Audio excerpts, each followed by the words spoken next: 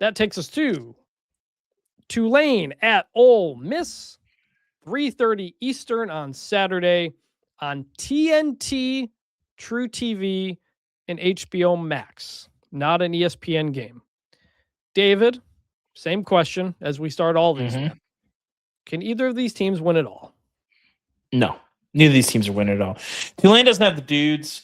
And when you get to this point in the season, Ole Miss has a reasonable amount of dudes. But I would have said this even if Lane Kiffin was there. Not enough to do it.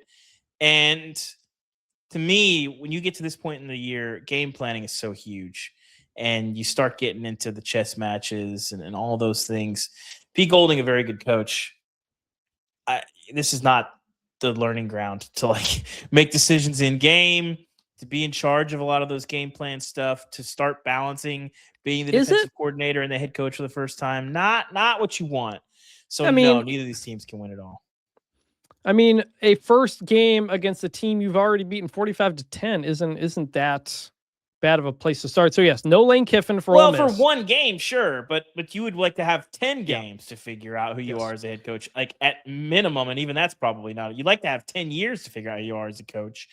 If Pete Golding gets in a game against like Kalen DeBoer, where your rosters are relatively equal and you're trying to figure out like some adjustments or what you want to do coming in, like who do you trust more? Like a vet that has decades of experience as a head coach, or Pete Golding, who'll be in like his third game, I guess, if they get to Bama.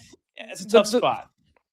He's also going up against a coach in John Summerall who is doing two jobs at once because he has taken the Florida job. So these two teams played already. Ole Miss won 45-10 in the first game in September. And I went back, kind of looked over notes of that game to see if anything stuck out. And a couple of things did. One, Tulane could not stop Trinidad Chambliss. He had, I think, over 300 passing yards and over 100 rushing yards. That was also the second game, I believe, that he started. So he was like new. And Tulane, I don't think really knew how to handle that. They will be able to prepare for him properly this time, I think. And for Tulane, that was also like the fourth or fifth game since Jake Retzlaff had taken over a quarterback. He had joined the team 2 months prior, right on the eve of fall camp, and he was horrible in this game. He went 5 for 17. By far his worst game of the season. He hasn't played anything like that. Part of the reason was because he was constantly getting swarmed by that Ole Miss pass rush, in part because Ole Miss's left tackle was out of the game. John Summerall even last week basically said they played like ass. They got their ass kicked.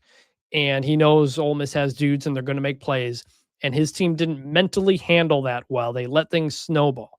So the second time around, a team you've played before, a stadium you've been in before, a crowd you've been in front of, that can help. And yes, no Lane Kiffin. He's the whole head coach at Ole Miss, LSU. But Ole Miss will have pretty much the whole coaching staff otherwise there. All the coordinators are back. I think like 5 assistants that are going to LSU came back. Now, if you're wondering, well, then why isn't Lane Kiffin coming back? I think it's mostly optics. Nobody's really overly concerned. It's not like the offense coordinator or the tight ends coach is the guy running them out of the tunnel. They're not doing the interview with ESPN or TNT, I guess, before the game. So yeah, let's talk about both these teams. Ole Miss. Weird, interesting year. Not as good as last year's team, I think we'd all agree. Yeah, but they're here and better record. But they're here with a better record. Lost to Georgia in a game that they were winning for much of it. Neither team could stop the other until the fourth quarter when Georgia stopped Ole Miss. Georgia won that game. And Ole Miss's other loss, who was their other loss to? I forget. But the offense has not missed really anything. Like Austin Simmons was the guy coming in. He gets hurt. Trinidad Chambliss, the transfer from Division II Fresno State, comes in. He ends up finishing 8th in the Heisman. Like, he ended up being very, very good player. Ole Miss went to Oklahoma and won. And there's a reason why you can't remember their second loss, Chris. Yeah. It's because there wasn't one. I realized there wasn't one. There wasn't one. But they had some close calls. They went to Kentucky and won by 7. They beat Washington State at home by 3. They beat what turned out to be a bad LSU team by 5. They beat Arkansas by 6 when Arkansas, I think, fumbled late in that game. This is a team that's been living on the edge. They obviously went and won at Oklahoma. And then they were trailing Florida, I think, at halftime a couple of weeks ago. Eventually pulled away late to win that game by 10. So defense here has not been great, but you're also going up against a group of 5 team. Any other thoughts on the Rebels?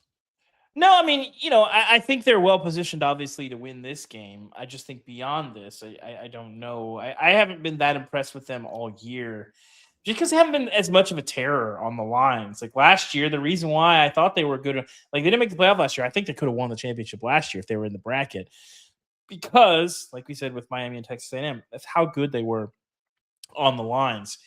And they're not as good here, but they held it together. They didn't have the stupid losses that you saw last year. And that Kentucky game, still confusing to me, a year and a half, something later. So I like Ole Miss to win this game. I'm torn on whether or not Tulane can cover. But I do think there's also some variables here, Chris, with this roster like wanting to prove that like they'll be fine without Lane, and if I think they'll be a little bit more locked in this game. I don't think Tulane is the crowd going to be awesome. When Pete Golding leads them out of the tunnel, like that environment's going to be so surreal after everything they went through the last couple of weeks, which is why Lane couldn't coach the game. For one, he's going to a rival school. You can't. They would have tried to boo him out of the building, and you don't want that for a home playoff game. Yeah. So I do wonder about the variable there where like I think there's a world in which like Ole Miss wins this game like 51-10. I think that's possible. But I'd wonder if some of that runs out, after the first quarter and you're just playing football at that point. But Ole Miss wins this game. I'm going to say they cover as well. My eyes tell me that Tulane can keep this close. And I want to believe that. I thought that was the case in that game in September. But the track record for teams in this game, Ole Miss is just going to have a better roster. Tulane's going through their own transition. I think Ole Miss wins this and covers it. So Ole Miss 17.5-point favorite. Let's talk about Tulane here. This is a program now, 4 straight conference championship game appearances. Now remember, 3 years ago under Willie Fritz, they're the top-ranked group of 5 team. They go to the Cotton Bowl to play Caleb Williams off the Heisman Trophy in USC, which was going to go to the playoff until it got upset in the championship game against Utah. And Tulane comes back to win that game. Incredible game. Shout out to Tajay Spears. Tajay Spears was credible. Michael Pratt, the quarterback. I covered that game. I was the only national media member at that game. But I got some pretty cool stuff out of that. And this is a Tulane team that the next year, I believe, played Ole Miss very close. And Lane Kiffin very close. It was a game into the fourth quarter. Were they up like 10 or 14-0 early, or were they down 10-0 in that game early on? Now, it was a different coaching staff, different team.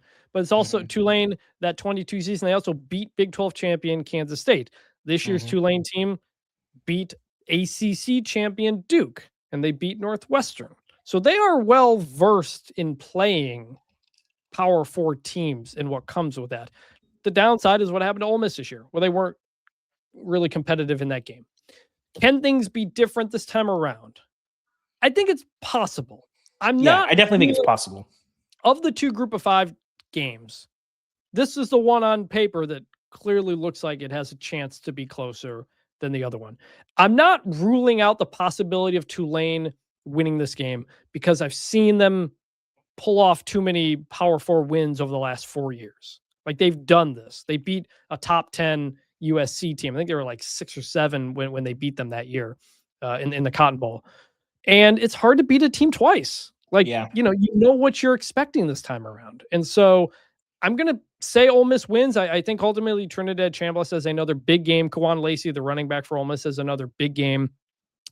If Tulane is to win this game, Jake Retzlaff is going to have to play the game of his life. They're going to have to keep up. They're going to have to score because I think this Ole Miss team is going to score points. Tulane's defense has not been great this year. And the other thing is, especially stopping the run, they've not been great. So Lacey may have a big game. And then the other thing, Tulane, they will have to finish drives. They have been a very poor red zone team. So you're going to have to get some turnovers, finish drives in the end zone. That's the recipe if you're going to get an upset. But I think Ole Miss wins. I think the celebration is there. I think everybody's fired up to try to win for Pete Golding and show that they didn't need Lane Kiffin and all that stuff. Temperatures for this game in the high 50s. So pretty decent weather as well. I do think Tulane can win this game.